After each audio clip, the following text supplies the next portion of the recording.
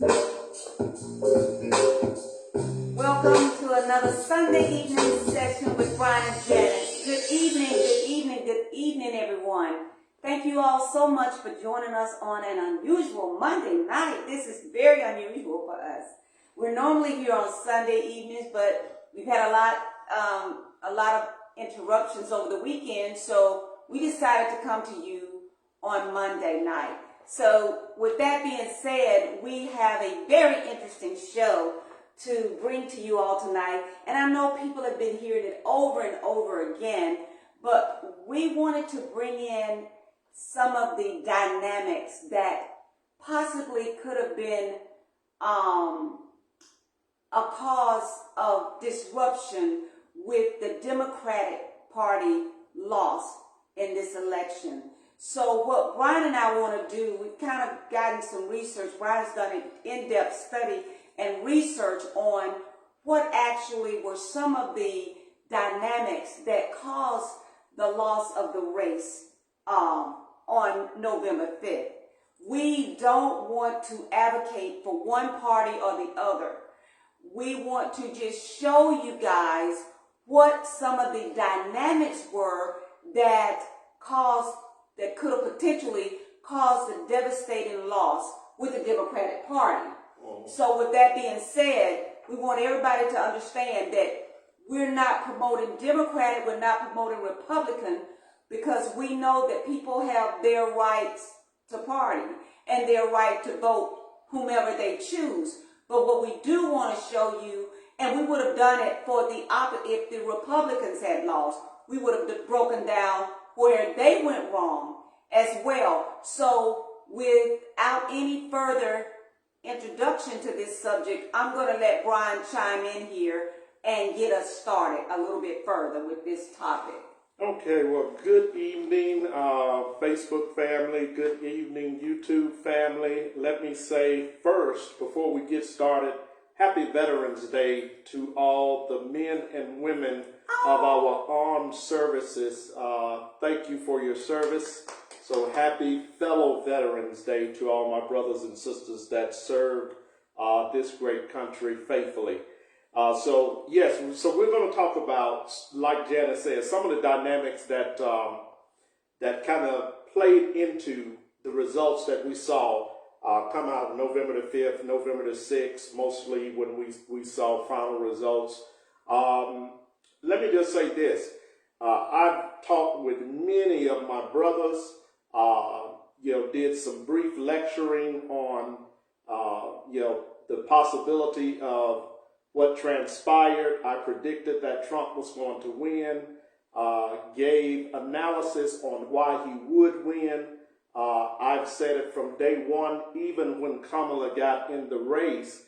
I talked about how that if she could keep the momentum going, she would possibly have a chance. But I also pointed to some of the outliers with Kamala not being able to really maintain a viable conversation when she's being interviewed. I talked about those things prior to her really getting into the meat of her race. And those were things, family, that I noticed from early on 2019 when she entered her name as a candidate for presidency. Okay, and if you notice, first debate, she was off the chain. She had an excellent debate. She was prepared. That was the debate where she socked Biden in the mouth with the whole, I was that little girl that was on the school bus. Everybody remembers that. And then after that, each debate after that was a slow decline till she finally had to drop out because she didn't have the financial support to continue. And she dropped out in December 2019. Okay, but like I said, the outliers with what we saw in that particular race would also define her in this particular campaign bid to be president. So some of the changes as it relates to what she had learned and hadn't learned was still there. Those outliers were still there. Okay. You could still see the struggle in certain areas. So we're going to talk about that. We're going to talk about some of the stats, but more importantly, let me say this. Kamala didn't lose the race. Let me just throw that out there. Yes, exactly. The Democratic Party Lost the race. Lost the race. As a whole. Okay, as a whole, because they were very sloppy. They did not do a good job. We're going to talk about some of those things tonight. They did not have a message to appeal to poor people, to working poor, to the working middle class, and then which is your low middle class, your working middle class, and then your upper middle class. The message was centered directly to them, to those that made $100,000 plus a year, and to those that were college educated. Okay? So the Democratic Party as a whole did not have a good platform that they actually presented to the American people. So Kamala didn't lose the race. The Democratic Party was very slouchy as it relates to how they presented policies. They did not talk about some of the things that were pertinent to the American people. One of those things were, regardless of what people think, immigration. We said that on many shows. Yes. We talked about that on many shows. Yes. Immigration was an important issue that they dodged over and over again. They would not talk about immigration. When they finally began to talk about it, which was 4 months prior to the election, 4 months before November, when they finally started talking about it, they talked about it from an aspect of them trying to push a bill through the House and the Senate to get signed so that they could say politically that they had done something about immigration when they've had 4 years to address this and did not address it. So very sloppy, very, very sloppy. Also, they did not talk about monies. They did not make the case to the American people that they would get the economy under control, they would get spending under control, and that they would put more monies in their pockets. Not one time did I hear the Democratic Party talk about the minimum wage. Now, if you remember when Bernie Sanders ran and they stole the election from him, the Democratic Party underhandedly stole the election from Bernie Sanders when he was running. By pushing and Hillary. Gave it to Hillary. Yes. Okay. And then you had one of the leading blacks, senator from South Carolina, okay, Coburn, to come out in support of Biden, and then basically told everybody else, we're all supporting Biden. Okay, we're not going to support Bernie Sanders. We're going to get behind Biden or whatever. And that's how that situation went. Okay. So I think I said Hillary, but not Hillary. But when Biden and Bernie was running. Yes. Okay. That's right. So they stole the election from Bernie in that situation. You understand what I'm saying? So it's a lot of just mishaps that I think the Democratic Party made, overall, that really factored into what we saw November the 5th. Okay? So just too many mistakes made. Well, the biggest thing, Brian, is that I can see is that they waited too late to kind of push Biden out of it. That was one of the things. Yes. And people really got I'm like, wait a minute. If we're seeing Biden at this mental capacity now, he didn't get that way overnight. That's right. You know, this had to been going on for at least 2.5 to almost 3 years of his administration.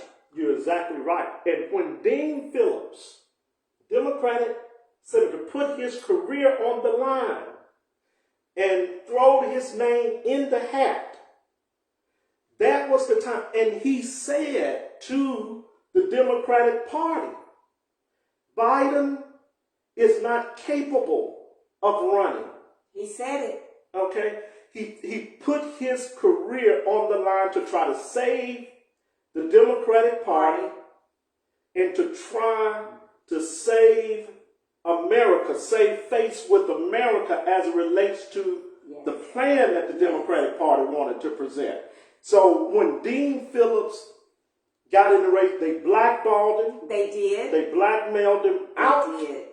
of the race, Yes. pretty much wiped him out as far as his career, everything. Yeah. And Brian, what you also want to look at is that they basically, it's almost like they had this peg as far as who they wanted in there. And I'm sure there's a lot of conversations that are going on in the back room now that they are really blaming. There's a lot of finger pointing. Well, there's a lot of finger pointing, but I'm going to tell you, it was miscalculated information.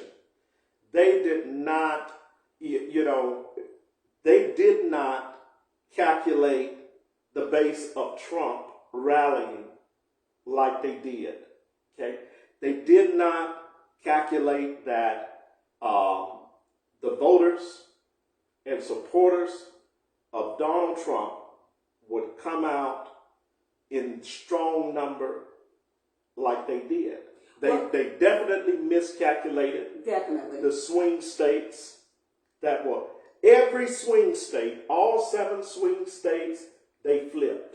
But you from blue to red.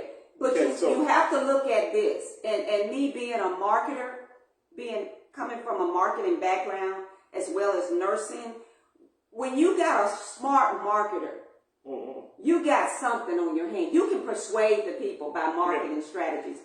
Trump's team had a great marketing team with him. And the skit that he did at McDonald's on the garbage truck, you would not believe how many people, even though a lot of people thought that was funny. It wasn't funny. It wasn't meant to be funny. It was meant to be. So let me tell you, and you're exactly right. Trump's a businessman. He's a businessman. So part of running a business and being successful is having a good marketing plan. Now, let me say this, and this is, when you look at the Democratic Party showed their tails. Now, that's what my grandmother would say. They showed their tails. How did they show their tails? They showed that they were the party of the elites. Okay? They did not care about poor people. I'm going to keep harping on this because I talk about this all the time. They did not appeal to the working man that's out there struggling, having to work 2 jobs. They didn't appeal to the working woman that's got children in the home with no man in the home, trying to raise children by herself. They had no answer for those people. So they showed their tails as it relates to who they really are. They are the party of the elitists. And that's what they showed America. We don't care about you if you're not middle class. Kamala kept making it, which was wrongfully done. Somebody should have told her to stop. She kept making references to, I'm just like you. No, you're nothing like me. You grew up with 2 parents that were college professors in a well-to-do neighborhood when you were in your childhood age. And your parents had doctorate degrees. That's what I said. They were both professors of colleges. So you're nothing like the average black person. You were the exception to the rule. Somebody should have told her. And it just goes to show you how arrogant the people around her were. Somebody should have pulled her to the side and said, Madam Vice President, with all due respect, ma'am, you didn't grow up like the majority of black people. You were actually the exception to the rule. And now if you want to appeal to working black families that are poor in the ghetto trying to make it, those are the voters that you need to be going after that can put us over the top. Going after your Soros sisters, they're going to vote for you anyway.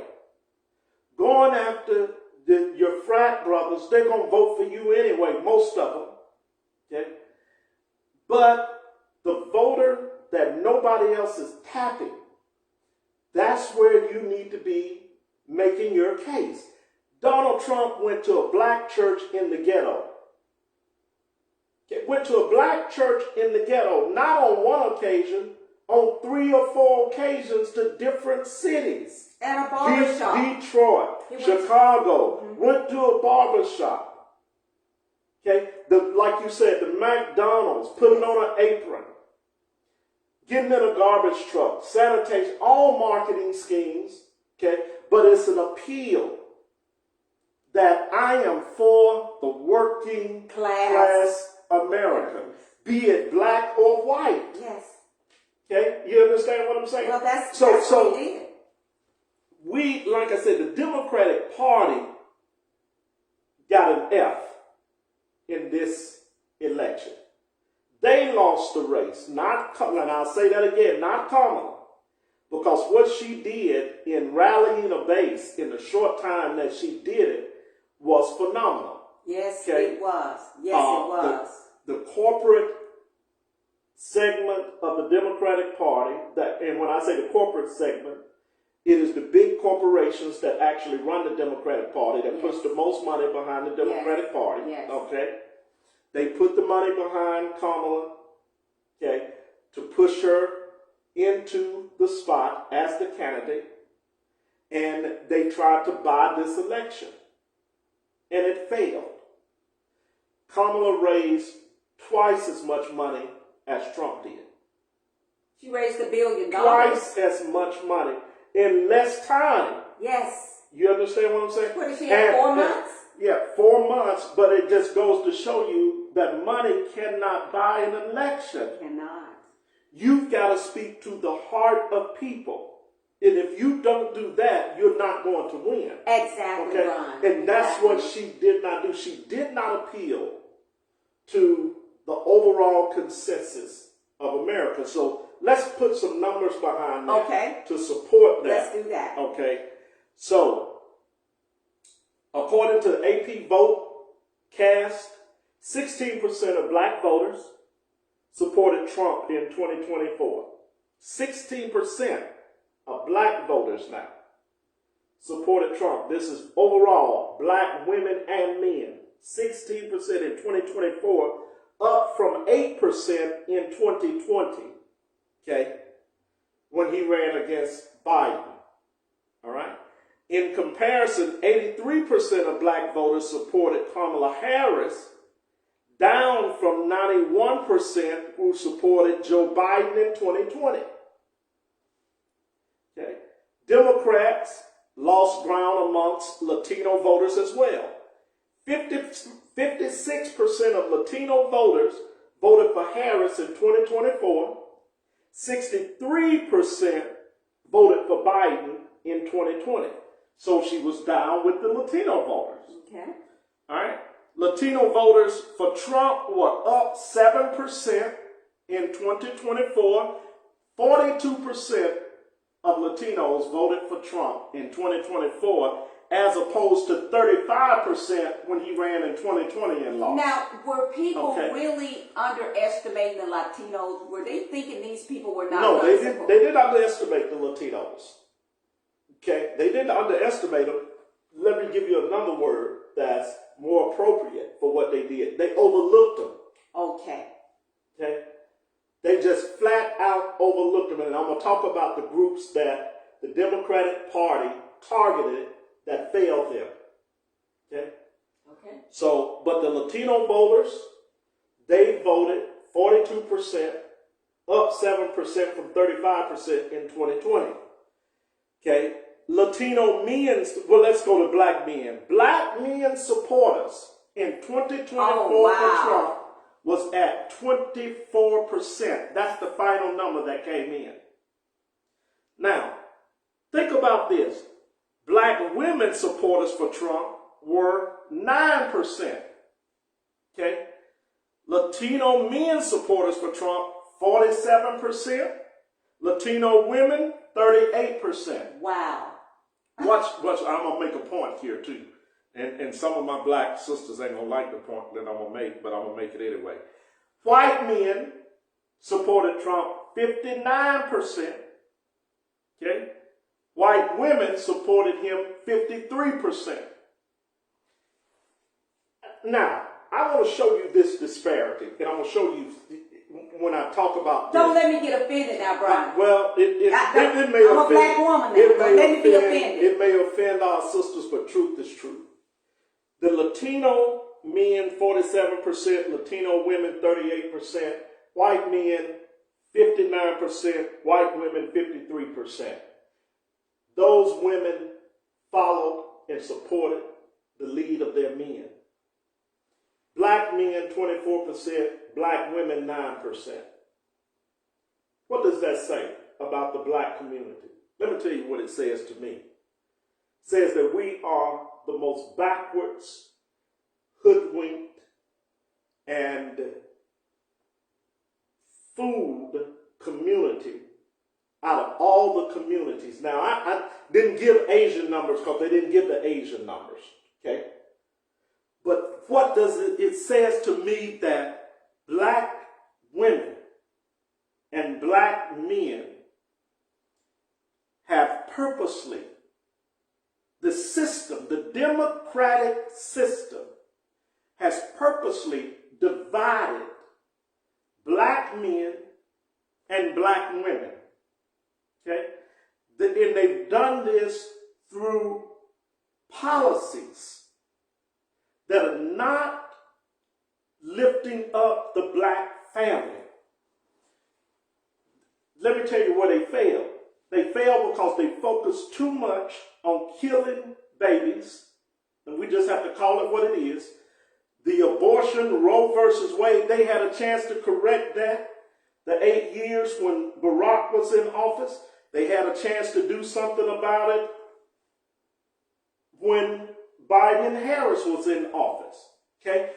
The bodily autonomy for women and the abortion movement failed the Democratic Party. Wow. Does not mean that black men and that people aren't concerned about that.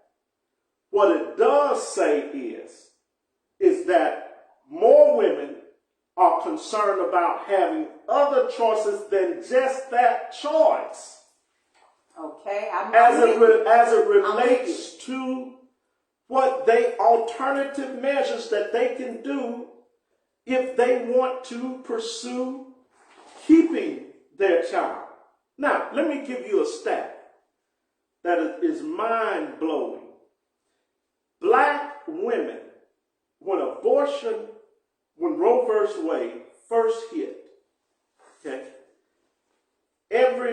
and people that I have done research already know this, every abortion clinic was centered around a black community. Ghetto. Sure was. Yeah.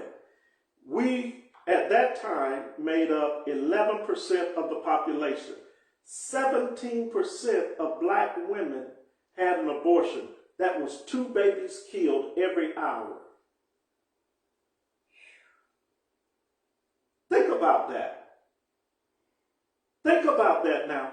When you add up the millions of children. Now, we know what abortion was put in place for, population control. All you got to do is go back and study the history. I don't have time to go through the whole history now with Margaret Sanger, but even prior to her, Margaret Sanger picked this up from a European man, and I would have to get you all the names and really go through the deep dive, but I did a deep dive on that, okay? And brought this to the United States. Okay, but like I said, we don't have to go through that history, but they focused on that. And then here's another thing they focused on. They focused on the alphabet community more than they focused on the poor community, more than they focused on the black men that's got all type of issues. The black men had issues before the alphabet community, who's just a Johnny-come-lately to the scene. You understand what I'm saying? Black women have had problems longer than the alphabet community, but the Democratic Party has chosen, for some reason, to become staunch advocates, just down home, don't move off of. But Brian, it is the young women. It's the young women, ages, I'm going to say childbearing age and under, because they're the ones that have been out there pushing this. They were the ones, when the consensus was taken, that led the Democratic Party to believe. No, they didn't push anything. They had them to believe that this was their primary concern. No. Didn't you see all the protesting? Yeah, that but was that what it was about. No, sweetie. That the young women don't put policies in place. But that was their concern. I even got in my feelings about it, because I'm saying I have young girls, daughters that are still childbearing age, and I want them to have a choice in their lives. It wasn't about bodily autonomy. It wasn't about bodily autonomy at all. It was never about that. It was about Roe versus Wade. That's where Negroes don't think. And that's where black women are. It wasn't just black women, though, Brian. It was white women, too. Yeah, well, actually, probably majority of white women. It was. Now, but they've always done their thing. You have to let them do their thing. Black women need to stop being confused and thinking that they are part of this women's suffrage movement. That has been the biggest fallacy that have plagued black women since 1919, when white women got the right to vote. And we have bought into it hook, line, and sinker. Our black women have bought into it to the point to where they will disrupt their house, trying to fit into a woman's suffrage movement with European women that's fighting their men because they want to run things themselves, just like they did on the plantation. You understand what I'm saying? And black women will jump in there and agree without any research, agree without any critical thought, stopping and saying, hold up. How does this benefit me and my family? How does this uplift the family? What does this do as it relates to black men? The woman didn't make the baby by herself. What about what the man thinks? You know, and I understand the extenuating circumstances, but you cannot put all your eggs in one basket. Now, here's the difference. Trump campaign said, we'll let the states handle it. I don't have anything to do. That's still putting it in the hands of the government. Yes, but still, and very smart, because he gets the spotlight off of himself. This was his point of view. His point of view was, I'm pro-life, but I do not object to a woman having a choice. But I'm going to leave that up to the states. Okay? Very smart, very intelligent. Now you get the pressure off of you. The pressure is on the government. Alabama has one of the worst laws in the United States right today. Alabama has one of the worst laws. It shouldn't have been a protest against Trump. It should have been a protest against Governor Ivey and those crooked senators down at the Alabama State House if they want to make some noise, because that is in the hands of the states. That really ain't got nothing to do with the president. Yes, now the Supreme Court had already rolled back Roe versus Wade. So what I'm saying is, we do stuff we just jump on the bandwagon without understanding what the true issues are. And that is unfortunate. And let me tell you, when you only have two groups that you are appealing to, women as relates to abortion rights and the alphabet community as it relates to their rights, and you leave out poor working blacks, you leave out poor working Latinos, you leave out poor working white people, you leave out all the rest of the groups and you focus on two things, you're not going to win. That was a gross error by the Democratic Party. And yet you're supposed to be the party of the people. You're not the party of the people. You're the party of the elite. That's what that said. I don't agree with that. That's what that said to the American people, whether you agree or not. The but proof most is in people, the black people, even black poor people, black elderly poor people that I see every day, they are so democratic in their mindset. You know why? Because they're still civil rights activists in their minds. No, most of the majority, and I'm going to give you the stats here, doesn't bear that out. The majority of blacks, middle age and down, are not democratic. They're not. Yes, they are. No, they're not. No, they're not. Stats bear it out. I got it on black and white right here. I disagree with that. You can disagree with it, but data don't lie. This is the data. You're going to tell me middle-aged black men are Republican? Yes. Yes. They're either Republican or independent. So here are the stats. We got some work to do. No, we don't got any work to do. The work we need to do is to abandon both parties and start our own party. I've been saying it. Now, I've been saying this ever since we've had a show. We wouldn't have any rights. We wouldn't have any. Yes, you would, because then you'll have your representatives at the table. See, you're never going to have any rights trying to fit into two parties that never accepted you and just allow you to participate. See, the only thing you're doing is participating. Blacks are not really seriously making any moves in the Senate or Congress.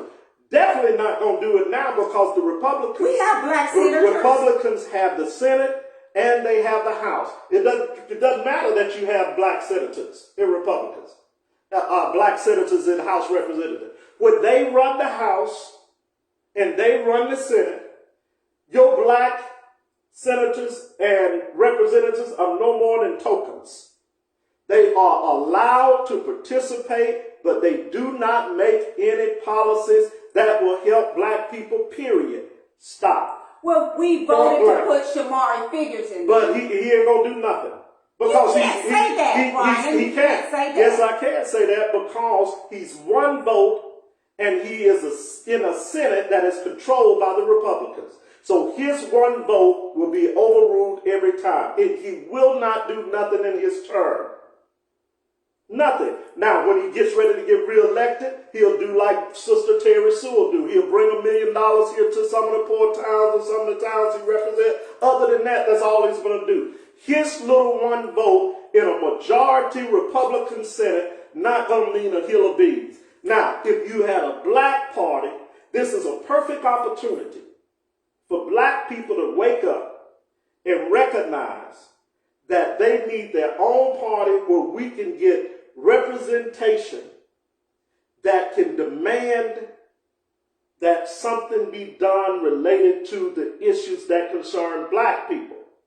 When you have a colored woman running for president and she says on a show, there's nothing I can do for black people because I represent all Americans. Well, Trump never says that about Europeans. Anything they ask him to do, he's looking to do it. If they ask him, stop immigration, I'm going to do that. I've never heard Trump say he's for all people. But yet, when you get sick, and I'm showing you the mentality of black, spineless, what we call politicians that have done nothing for our people for 400 years.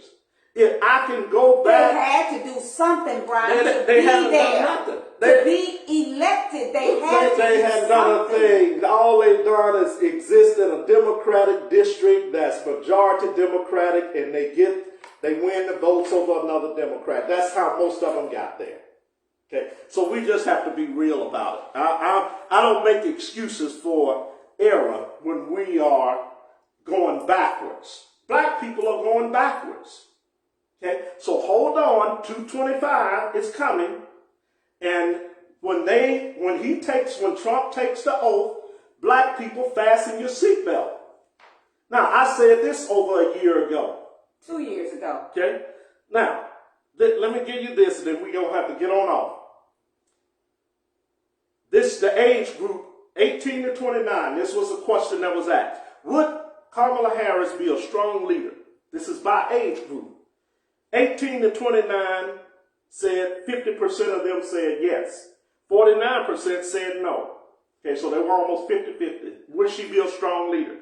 30 to 44 years said 48% said yes. 51% said no. 45 to 64, here's that middle age group. 43% said yes. 56% said no.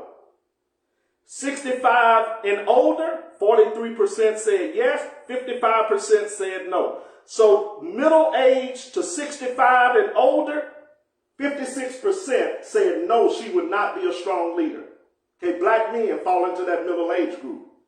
So the majority said no, she would not make a strong leader. Okay, let's go on. The most important issues in 2024, according to the American people, was immigration. 20% of the American people said immigration was the number one issue that they had concerns about. Immigration now. All right. Abortion, 11%. It was next to last. Climate, 7%. Economy, 39% of the American people said the economy was the most important issue. Second was immigration. Third was abortion. And then the last, health care, 8%. So health care and then the climate. All right, so now that tells you what she should have been running on. Her two main issues should have been the economy and immigration. And those are the two things she talked about the less. How to put money in people's pocket. Okay, she didn't really start talking about that until 2 weeks out. And started talking about lowering groceries. I never heard her say she was going to raise the minimum wage. Go back to one of Barney's staples that got him where he was. $15 minimum wage. I haven't heard Trump say. Trump ain't going to say it because he doesn't believe in minimum wage hike. Okay, he's an ultra capitalist.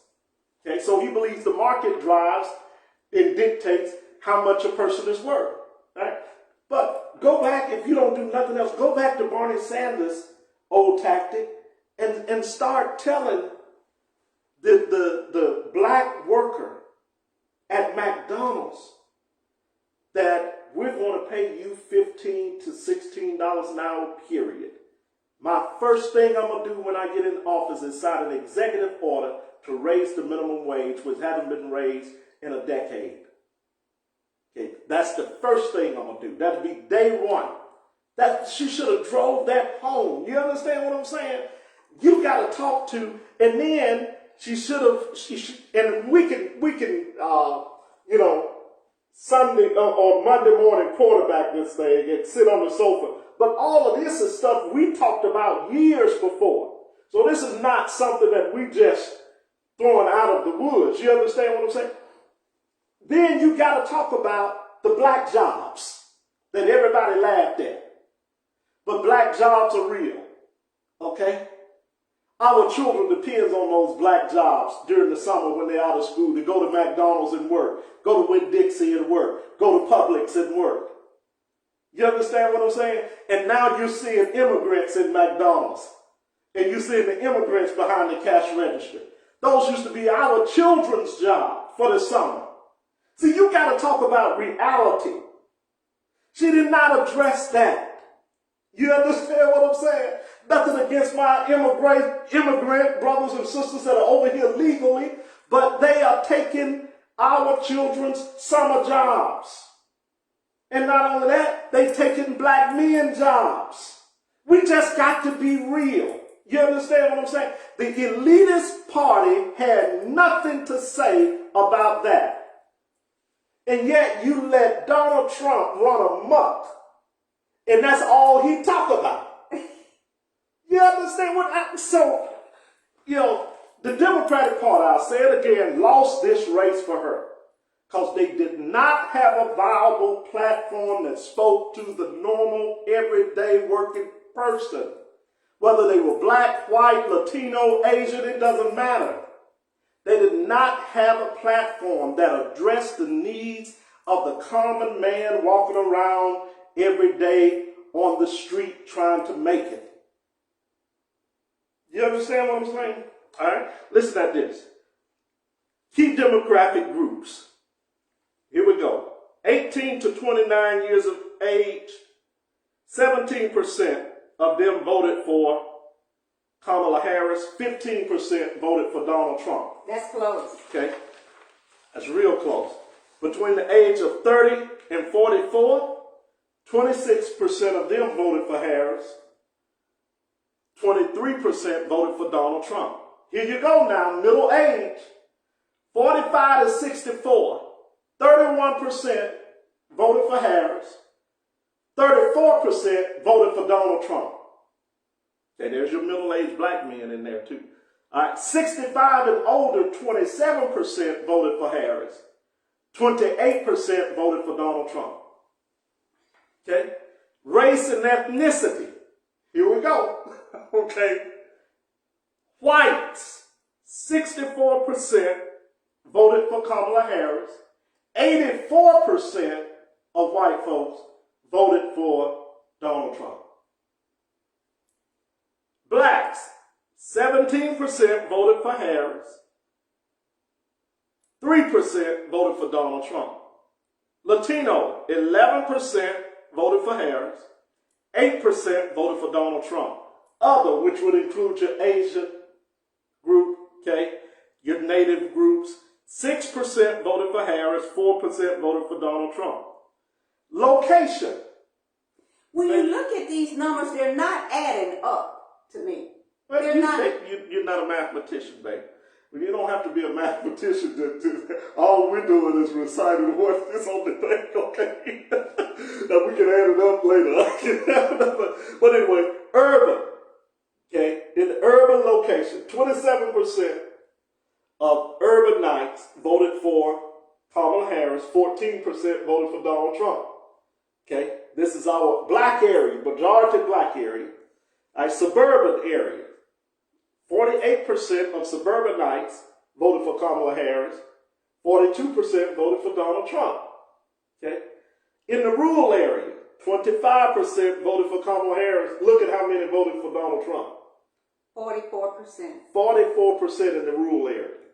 Okay, so basically, the suburban and rural area, when you add it up, Trump took those areas.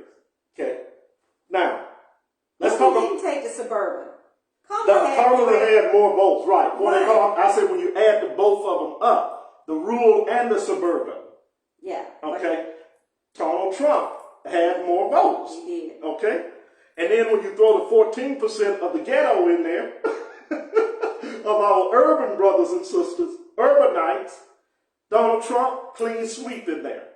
Okay, you understand what I'm saying? Because his percentage is more than what Kamala did if you add her side up versus his. Oh, you understand what I'm saying? Okay. Now, education level. High school diploma. 20% of people that have a high school diploma voted for Kamala Harris. 20%. That is our brothers and sisters. Majority of blacks do not have a college degree. They have a high school diploma, right? Do you understand what I'm saying? I hear you. How many 29% of those folk that have a high school diploma voted for Donald Trump.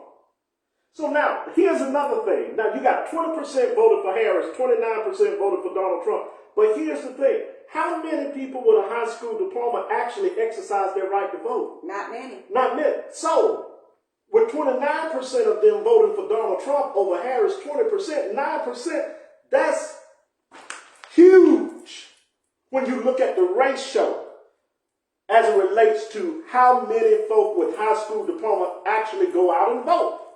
You understand what I'm saying? All right. Some college, meaning 2 years or less, 30% voted for Harris, 33% voted for Donald Trump. With some college, 2 years or less. Okay? College degree, 29% voted for Harris. But look how close this is. 25% of people with degrees voted for Trump. Post-secondary, You got it. 21% voted for Harris, 13% voted for Trump. You understand what I'm saying? So he appealed, what I'm showing you is, across the board to pretty much every sector. Okay? Now, let's look at this. How did the voters see the candidates as far as character? Okay? As far as looking out for the common people, 49% said they believed that Kamala would look out for the common person. 48% said Donald Trump would. So 1% difference. Might as well say that's no different. All right? Mentally capable. Watch this now. 57% of people that were polled said that Kamala was mentally capable. They did. Over 51% that said that Donald Trump was. So it was a higher percentile of people that said that Kamala mentally She could handle it. is sharper. Sharper. Okay. She was. I mean, All right. that's what they're saying. So now watch this. Moral character. 49% said that Kamala's moral character was better. 42% said Trump's. This tells me one thing. It tells you that moral character Is not part of the election. No. Okay? Not compared to. It's not part of the election. They both had their flaws. But that just tells me, with that being that close, that moral character, you can just throw it out the window. It wasn't even an issue as far as them voting. That was not going to determine who they voted for. And the Democrats banked on that. That is why all the lawsuits against Trump, we have to call it what it is. Okay? Outside of the Atlanta one, which was probably legitimate, all the rest of them were just tactics, political tactics, to try to diminish Trump's rise back to power. Let's just call it what it is. You understand what I'm saying? Okay. So, policies for America. 45% felt like Kamala had good policies. 51% said Trump's policies were better. A strong leader. Now, watch, this is glaring. 44% said that they believed Kamala would be a strong leader. 54% said Trump would make the best leader or stronger leader. Positive change. 47% said they believed Kamala would bring positive change. 49% said they believed Trump would bring a positive change. Okay. So, let me tell you, and we'll end with this week, because we're right at time. I wrote down 10 things. All right, I done went on my rampage. So, you really haven't, because you ain't let me debate against you on this. I have pontificated for almost an hour, but let me say, I wrote down 10 things that I have deemed mistakes made by Democrats. Wait a minute. Okay. Nancy Pelosi, where was she in all of this? Well, I mean, Nancy does what Nancy does.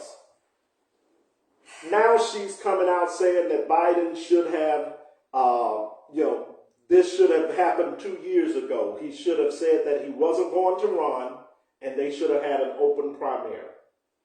Okay, but they were there with him. They could have encouraged him not to run. She's saying that it was in his hand. He wanted to keep the power. He saw the power. All the excuses that can be made. Now the Democratic Party is making those excuses.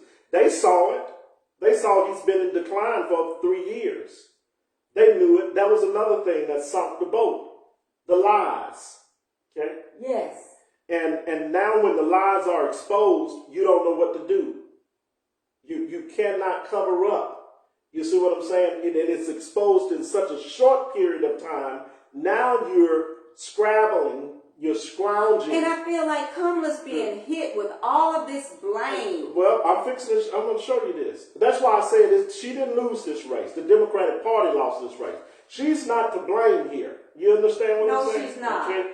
So, this is what I did. 10 mistakes made by the Democratic Party. No plan for poor without jobs, which are those that are on disability. Right. Okay? And for the poor working class, fast food worker, grocery store worker, restaurant workers, low-level city workers, low-level county workers, and low-level state workers. Okay? Lower level, yeah. Okay? Waited too long to denounce Biden as the candidate, thus closing the door on an open primary. Because they waited so long, they really couldn't have an open primary. No, they couldn't. All right? They failed to deal with border crisis and tried to sneak in a border bill 4 months prior to the election and 1 month prior to Kamala being put out front as the sacrificial lamb. Because that's what she was. They put her out there. She was a sacrifice, yes. Okay? That's horrible. She was a sacrifice, and their plans now is, what do we do in 2028? They're already planning for 2028. Okay, so Kamala was the sacrificial lamb. They knew she wasn't going to win. They knew she didn't have a chance. They throwed her on the sword. Okay? Now, number four. They did not answer questions on the 2 wars in Ukraine and Israel relating to ending the conflicts, stopping an open genocide, and restoring some normalcy to both countries that were harmed. They never talked about that. All the millions and billions, and now going into some cases going to be trillions of dollars that we've spent on 2 wars, that the United States is the proxy of both of those wars, okay, and have literally funded the genocide of a whole group of people, and then orchestrated and planned the war in Ukraine. So they never dealt with those issues. But Trump said, if I would have been in office, those wars never would have happened. It wouldn't have happened. And when I get in there, we will stop the wars. Okay, that appealed to the Muslim voter who is seeing their people in Palestine. That's right. Killed by hundreds of thousands. That's it. That appealed to some of the Ukrainians. Yes. That says we're just tired of this fight with Russia. Okay? So, there again, Democratic Party didn't say anything. Okay? Lost all the Muslim vote and lost a lot of Jewish support as well. And the European vote as far as some of the Russians and the Ukrainians that are over here. Okay? Now, so also too much focus on Roe versus Wade and the alphabet community. Not enough focus on the immigration problem and how to fix the border issues. That was number 5. Number 6, they did not appeal to the black poor, white poor, Hispanic and Latino poor working class. Number 7, they did not speak to the normal black Christian that are principally conservative and doesn't espouse to all the innuendos that are being pushed concerning our children. Okay? They never talked about those issues. And never talked about some of the children, what our children have to experience in elementary school that they should not have to experience. They should not have to be taught sexual bodily mutilation and different gender classes in elementary school. Come on, black people. What have we done? Have we lost all of our morals in support of a Democratic monster and a Republican monster? Because both of them are the same. You understand what I'm saying? One is the fox coming to the hen house. The other one is the wolf already in the hen house. There's no difference, as my brother Malcolm have said. And black people, for some reason, look like we have lost all of our dignity, all of our morality, have just gone out the window in support of policies that will not advance our community at all and further separate us, further cause damage to our already broken, dysfunctional family, children, men, and women. Okay, let me go on. Let's see here. Devalued and put down black men and their concerns about having opportunities to advance themselves and families by way of policies in this society. Yep. They didn't address that at all. They devalued black men. You're going to put, and everybody talked about this, when you got Obama, who's got mansions all over the United States, spends half of his time at Martha Vineyards. We can't even catch a boat to Martha Vineyard. Talk about and you're going to have him stand up and lecture black men as if all black men fit into one category. And they don't? No, because you got black men that are going to push back like me. And that's going to tell you, look, Negro, you didn't do anything when you were in office. Okay? Let's take out Obamacare. Let's really talk about the real record. Let's talk about your real record. You're the reason that we got a Trump. Now, if we really get down to the nuts and bolts, he'll run into a brother like me that'll shock him into reality. It says, stop faking the funk. You're not our daddy. You're nowhere close. You didn't grow up like me. You didn't grow up in the ghetto. You didn't grow up having to see your mom and dad work 2-3 jobs, lights getting cut off. You don't know my story. You understand what I'm saying? See, he didn't grow. So to come lecture us and to say it's the brothers, no. You have no clue. Talk to us about the issues that we are dealing with. Do not talk to us like a bureaucrat or an elite that don't know what's going on really in the ghetto. And that's what happened. They did not talk to black men with respect to their situation. You understand what I'm saying? And we just my heart hurts for the black man. Yeah, we really have to call it what it is. They've already got a strike against them. They've weaponized the justice system against them. Yes. You understand what I'm saying? Yes. I could go down the list. You understand? And we have young black children, male children. Absolutely. Absolutely. And grandchildren. And they have a target on their back. They got a target. And we're constantly worried about our young black boys that are growing up in this society right now. Oh my God, what's going to happen to them?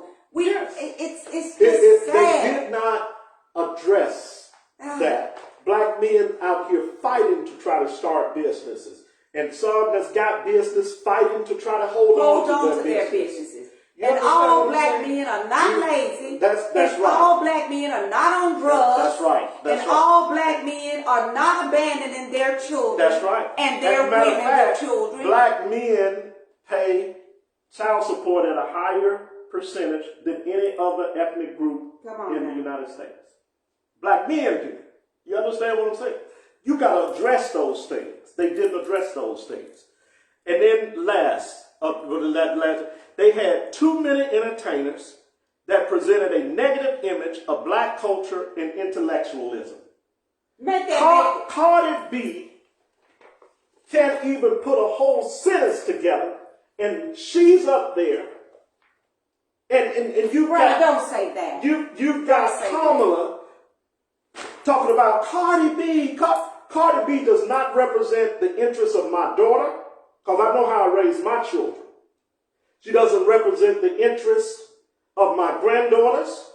I do not want them listening to her music. Well, I know my granddaughters don't listen to that. My daughter doesn't listen to that. That's right. You understand? She does not represent black women in America.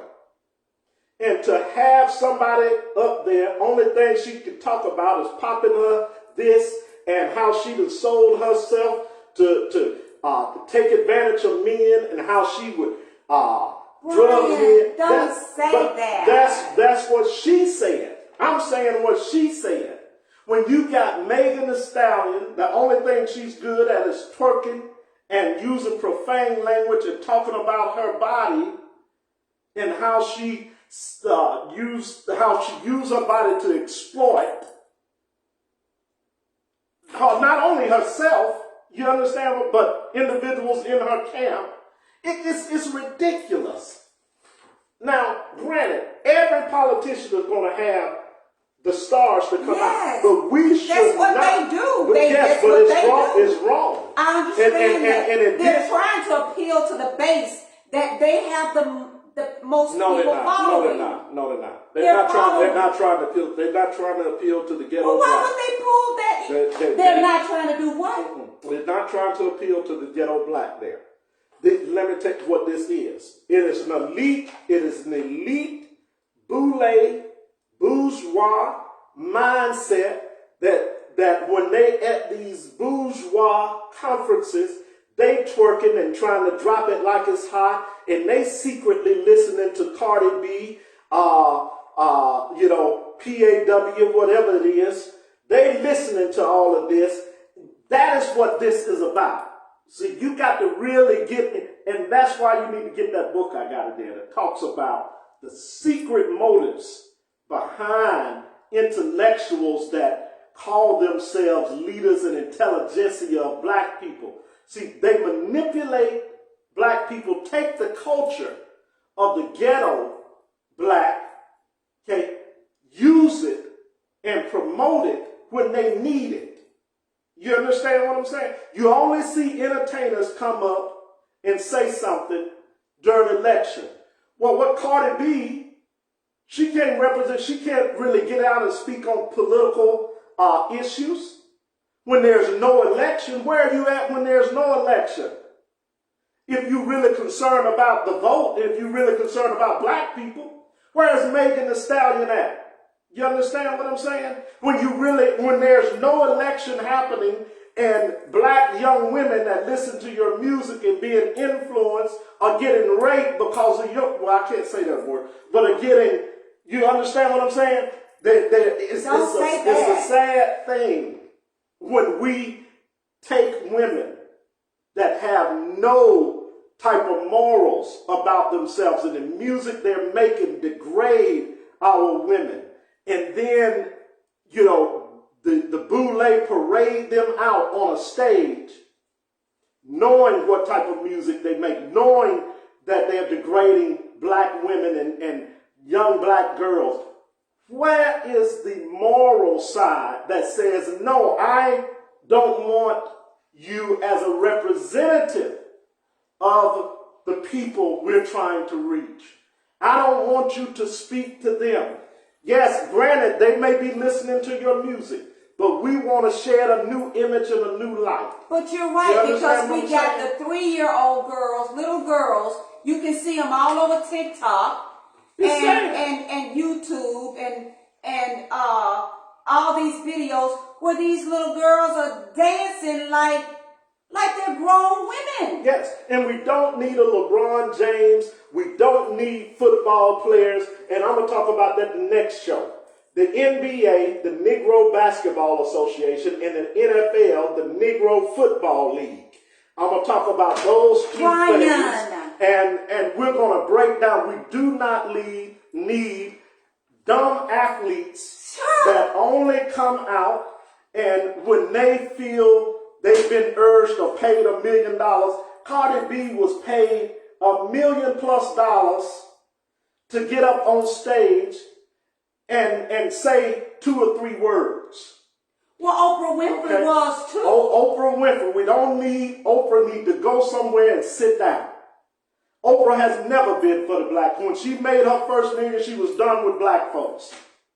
And she's never been for black folks. And I cannot understand for the life of me, black people, we are the most hoodwinked people in the world. And we hoodwinked by folk that and this is the problem, materialism have gotten such a hold of us that when we see blacks that's making a lot of money, we want to emulate that, we want to try to be like that, want to get to places that they have, and it doesn't matter who we hurt, how much we hurt somebody. Only thing we're concerned about is the materialism. And if I have to step on you to get it, I'll do it. Wow. If I have to step on you to get the Louis Vuitton, to have the purse and to wear the Gucci belt, it is a ridiculous. Black people don't produce nothing. We don't own nothing. We are ultimate consumers in society. And guess what? Everybody use black folk. Your own people use you more than anybody else. And I agree with that. I do. This Democrat and Republican, I'm not giving either one of them a break because I don't push either or. Both parties are bad for black people. And they are equally bad for black people. We are the ignorant plantation Negroes that are still stuck in the 1800s. See, we hadn't gotten to the Nat Turner mid-1800s yet, to the 1820s when Turner, Prosser, Vesey, all of those boys were coming along that had a mindset to say, we're not going to be on the plantation anymore. Whatever it takes by any means necessary, we're getting our butts off the plantation. We haven't gotten to that point yet. Black people have regressed. After the civil rights movement, when we lost all of our leaders, there's no black leader that will stand up and say, Negroes, stop playing. You understand what I'm saying? We have constantly and consistently gone backwards. We have not made progress. And I think it is a shame. Like I said, Kamala was the sacrificial lamb, but black people to be upset now, talking about Donald Trump, we should not open our mouth because we've had every opportunity to start our own party. This time we really had an opportunity to make a viable statement with a third party, even if we wouldn't have won. If we could have swayed 20 million votes, do you know what power that presents in 2028? That's a lot of power. We could go to the table. You understand what I'm saying? Yes, yes. Grassroots, my last statement, and we're going to close. There was no true grassroots agenda to reach non-voters and disenfranchised voters. No. They had no grassroots plan. And it's in my mind, chickens have come home to roost. That's what this election it really has said to us. Okay? The chickens have come home to roost. The Democratic Party and all of the crookedness, everything that they did by way of the lies, the underhanded, devious things that they've done the last, not 4 years, but really last, even before then, and the Republican Party, last 8 years, but particularly the Democratic Party, with not addressing some of the black issues that still protect. Do you know we still don't have a George Floyd bill? Do you know we still having to re-up every 20 years to get voting rights? Do you understand what I'm saying? I get it. You know, Biden, loan forgiveness, the PPP forgiveness, the black student loans for those that are so fortunate to go to college, but majority of blacks don't go to college. What about the rest of us? What about the ones that don't have any college debt but can't put groceries on the table? See, chickens have come home to roost. This was a telltale sign that they have failed, not only blacks, but the American people. You understand what I'm saying? Because call it what we will, we could say that the Democratic Party is the black party, but when you look at history, the Democratic Party has always been the white party. Yeah, that's right. It was. No different from the Republican Party. The Republican Party has always been the white party. Blacks are allowed to participate. I'm going to keep saying that. We don't really have any viable, you understand what I'm saying, or significant power in these so-called positions that we hold. Most of them are Dave's sake. They're title-only positions. You're not at the table doing anything. You're not at the table writing any new policies. You're not at the table. You can't push a constitutional amendment through. You don't have a voice. We've been waiting on reparations how long? We haven't even gotten a committee to study it again. And I don't know what's going to happen now. Sheila Jackson, Lee she's transitioned. She took up the fight. You see what I'm saying? Now who do you have that's going to take that fight up and continue it going? I think Terry will. I think Terry will not take up no reparations. Don't sit here and try to make that. Terry's not going to do it. She's not going to do it. She's done some great things. Well, she's done some great things for Selma. Now, I've never said she hasn't, but she is not going to take up reparations. She's just not going to do it, sweetie. Okay? And don't let me get on the Alabama results.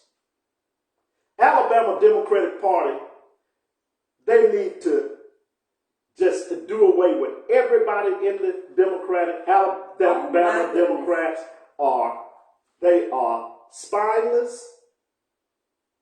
They have no plan. They are in hiding. They've been in hiding for the last 2 decades. The Randy Kelly, the president of the Alabama Democratic Party, he needs to go. Tabitha Eisner, she needs to go. They need to revamp the whole Alabama Democratic Party leaders because they are spineless leaders. See, until we get leadership that's not afraid to tackle the issues, you don't even know you have an Alabama Democratic Party. They had 2 people on the ticket out of the 7 districts. 2 people. Every other district was uncontested. The Alabama Democratic Party could not put a candidate in each district. And we want to pretend like the Democrats are significant. We need to start a new Alabama Democratic Party that'll actually take up issues for people and fight for people. Because this Democratic Party ain't doing nothing. They're dead.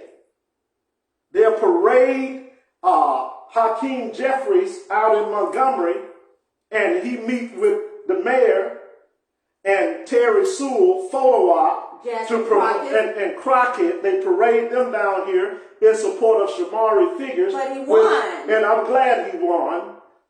But you got District 1, Barry Moore, Republican, won 78.5%. They ran Tom Holmes, who got 21% of the vote, Democrat. District 2, Shamari Figures won, barely beat Caroline Dobson. Okay, 54% to 45%. District 3 was uncontested. Is Mike Rogers, Republican. District 4, Robert Adderholt, uncontested, Republican. District 5, Dale Strong, Republican, uncontested. District 6 was Gary Palmer, Republican, won 70.4%. They ran Elizabeth Anderson. Never heard of her, never saw a commercial, don't know what she stands for. District 7, of course, we got the dinosaur, Terry Sewell, who ran against Robin Littaker. She was a Republican. You understand what I'm saying? Robin Littaker. And she got 36% of the vote. And I never heard of Robin Littaker, but they voted for it. The Republicans voted for it. You understand what I'm saying? So you got 1, 2. You got 1, 2, 3, 4, 5 Republicans representing the state of Alabama out of the 7 districts. And uncontested. No, you got 5 representing in the House, Republicans representing the state of Alabama. You got Terry Sewell and you got Shamari Figures are the only 2 Democrats. But those are 2 powerhouses right there. They're very smart, And very but what can they do when you got a majority? You understand what I'm saying? See, but she needed him. I don't know about all of that. She wanted him because she needed. You know, District 2 needs black representation. That's all we care about is representation. Negroes are gone crazy. Because, see, Bill Clinton said it best. Give the Negro a hand clap and put him a sign out front that says we're going to name the street after him or put a memorial up there, and he okay. That's all the Negro need. That's what Bill Clinton, that's what y'all black president said. That's what y'all first black president said. That played the saxophone and got Negroes all up in an uproar because he could play a saxophone. So if just having a black representative up there to say, well, at least we got us a black one in there. Well, yes, they're allowed to participate, but they can't do nothing. They don't make no noise. They ain't going to do nothing because the Republicans got them on lockdown. And they're going to tell them, just like we do Sweet Pea. Okay, Toby, go on back to your office, Toby. We let you up here now. You got your good pension, Toby. Go on back to your office, Toby. Oh, Brian. That's the same way it is in Alabama. Senator, and then we got, Negroes down there that talking about we need to have a hip-hop convention. A what? And talk to hip-hop artists and get it and find out what. No, we do not. Listen, we got some weak men in leadership, but we don't have leaders. Like you said, we have representatives. But we can pull out Dundee 100,000 people at a HBCU classic football game, classic. That's what we do. That's what we do. That's what the report came from Birmingham, the Magic City Classic. That's what. See, we're more interested in going to an HBCU game. Our girls wearing all their butts out.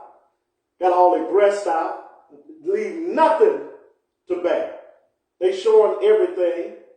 You have brothers out there, pants hanging down to their knees, showing everybody what color their underwears are. We got the boule out there. Everybody got on their sorority and fraternity shirts. See, this is how Negroes that are on the plantation. Okay, that's how we. You got my head hurting, Brian. My head is hurting. This is too much tonight. This is how we act, darling. You understand what I'm saying? Honey, see, we drive up in our $100,000 car, leaning to the side. We got it going on, and then when you go back, and our designer clothes don't get out. You go back to the same condition. You understand what I'm saying? But they okay. Because they feel like they've arrived in what they have. So until we come together, I keep saying this, you're going to see this come to pass too. Just like I told them that Trump was going to win. Just like I gave them all the signs. Okay? The prophet has spoken. I'm going to tell you this. there's coming a day, and it's soon coming, to where you're not going to be able to ignore the poor blacks. You're not going to be able to ignore the ones that are doing all the shooting and killing themselves. You understand what I'm saying? There's a reason that those young men are killing themselves. Killing each other. Yeah, killing each other. That's Yeah. right. Okay. There's a reason, sweetie, and we, when you look at it, a young black man between the age of 20 and 25. No, it's 18. Or it may be 18. Yeah, that's what. Okay. Most likely are to be harmed or killed by another young brother that looks just like him. Yes. Okay? And we are not upset about that. You understand what I'm saying? We're not upset about our young women that don't have a chance. Now young women are, you see more homeless young black women now, almost than you see black men. And we don't get upset about that. Out on the street with their children. Yes. Sleeping in cars with their children. And we're not concerned about that. Something's wrong. We have isolated ourselves to the point to where we are out of touch with our own people. And it's almost like I said, when you got that elitist mindset, you can go and do all these things and party and call yourself being hip and I'm getting down doing what I do and I don't have, but guess what? Your job can be gone tomorrow. So I need to do a whole show on innovation.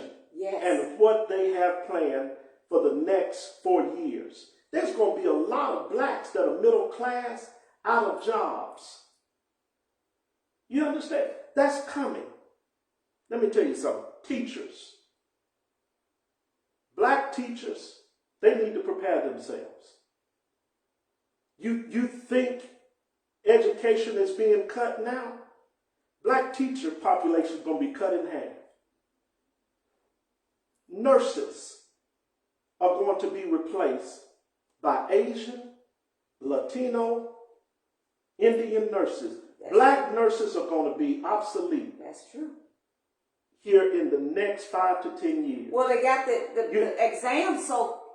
Well, it ain't about the exam. No, it ain't. What is it? Okay, it's about replacement theory as it relates to the African race. It is still in motion. See, most people have never heard because they haven't studied Schomburg. But Schomburg talks about replacement theory of the African population. Specifically those that were enslaved and brought to America. And not only them, Native Americans, because they are African descendants too, whether or not they admit it. Admit it or not, okay? yeah. But there is a plan in place, and we'll talk about that. And I'll take you all on a deep dive and throw some breadcrumbs out there. But we cannot think we're okay in our nice little mansions and driving our nice fine cars and think that the catastrophe that's happening in the ghettos is not going to reach us at some point. The difference that you're going to find is when it reaches the middle class black that have never really had to struggle, they're not going to know how to deal with it. It's going to devastate that class group. You understand what I'm saying? Yes. They're not going to know how to function. Whereas the ghetto black, they know how. Because they have had that's all they know. The disease for over 400 years. You understand what I'm saying? They've grown immune to it. The middle class black that have not experienced that, their body is not going to react the same way. And that's just the analogy that I'm using. Okay, they're not going to react the same way as a body that's immune because they've had to deal with it. It's just like bodily diseases. That's healthy. exactly right. Okay, so In medicine, yes. we have got to wake up. Black people, this should be something that shocks us into reality. Crying and being upset. What you crying for? Man, I can't understand that. It baffles me to see black men and black women crying because Kamala lost the election. What are you crying for when the Democratic and Republican Party ain't never been for your black butt? What in the world are you crying for when they just have allowed you to participate? What are you crying for? See, we got to get back to something that when the 1800s, when the treaties for the Indians were signed, the last treaty, do you know what part of their treaty said? Said their reservations for them would be places of self-determination, meaning that they would be in control of how they prospered, how they lived, how they developed their culture. Yes. We got to get back to the place of self-determination. You understand what I'm saying? You're crying over a party that wasn't going to do anything for you in the first place. You're crying over a party that has done very little. And if it had its way, you'd have been shipped back to Africa if they could have got 4 million Negroes on the boat. Come on now. You understand what I'm saying? Yeah. You're crying over parties that didn't give you 40 acres and a mule. Now it's trying to cut all the monies from your HBCUs. You understand what I'm saying? So I don't understand the whole emotional attachment to Democrat or Republican. I love black people more than I love Democrats and Republicans. You understand what I'm saying? That I love a party. We're going to end on this. Okay. What was that statement that Trump made about the Bible? Trump said that the reason that we are experiencing all the chaos in America is because we have left following the Bible. That's what he said. And that he is going to return America back to biblical principles. So what does that mean? Okay, that means transgenders, watch out. Alphabet community, watch out. Black people, we've always been under the gun, watch out. He's not sparing anybody. Okay, see, this is what you have to understand when you read what they were talking about. That, what do they call that plan? Project 2025. Okay. Project 2025. One of the things that Project 2025 says is that we need to, this was a Christian nation. That the Constitution and the men that wrote it were Christians, which they weren't. They were deists. Okay. Now, but that is what the Project 20, that's one of the statements. And that their objective is to return this nation to Christian principles. And this nation, again, needs to be a Christian nation. Okay? So, welcome back to America. What does that song say? America, land of the free. Home of the brave. Home of the slave. Oh, Brian, no. Okay. No. That's what the original word says. And they replaced the word slave with brave. Yes. Okay. Land of the free. Okay. So, black folks need to wake up. Like I said, this is chickens coming home to roost for the Democratic Party. But black folk, you've never been really considered to be a viable party anyway. Only thing they want is your vote. They're never going to do anything for you that's of any significance. You're always going to get platitudes. And you're always going to get breadcrumbs. That is the way it is designed. You understand? And the party of participation, which is black folks in the Democratic Party, we need to really wake up and break away and do something for ourselves that's going to put a jolt in the system. See, we could disrupt the system. Oh, we could. There's enough Of us. blacks and colored people that would get on board if we had strong leadership. And you would have some whites to get on board because they're tired of being left out too. Do you know how many poor white people are in the same boat that we're in, and they're looking for some solutions? Yes, they are. That is why the rural areas did so well that are majority white, because those rural areas are poor. They're banking on Trump being their white savior and returning their white jobs. Oh, You understand what I'm saying? really? So just like Trump said the immigrants were taking black jobs, Yeah. they in the same condition that black folks in. He should have If said they're taking that, if they taking black jobs, they taking white jobs He too. should have said that. Well, he did say it in a very nonchalant way. Okay?